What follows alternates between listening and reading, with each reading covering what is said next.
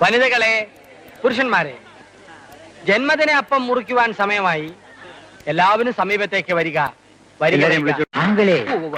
സന്തോഷ ജന്മദിനം കുട്ടിക്ക്, സന്തോഷ ജന്മദിനം കുട്ടിക്ക്, സന്തോഷ ജന്മദിനം, സന്തോഷ ജന്മദിനം കുട്ടിക്ക്, സന്തോഷ ജന്മദിനം കുട്ടിക്ക്, സന്തോഷ ജന്മദിനം, സന്തോഷ ജന്മദിനം കുട്ടിക്ക്, സന്തോഷ ജന്മദിനം കുട്ടിക്ക്, സന്തോഷ ജന്മദിനം.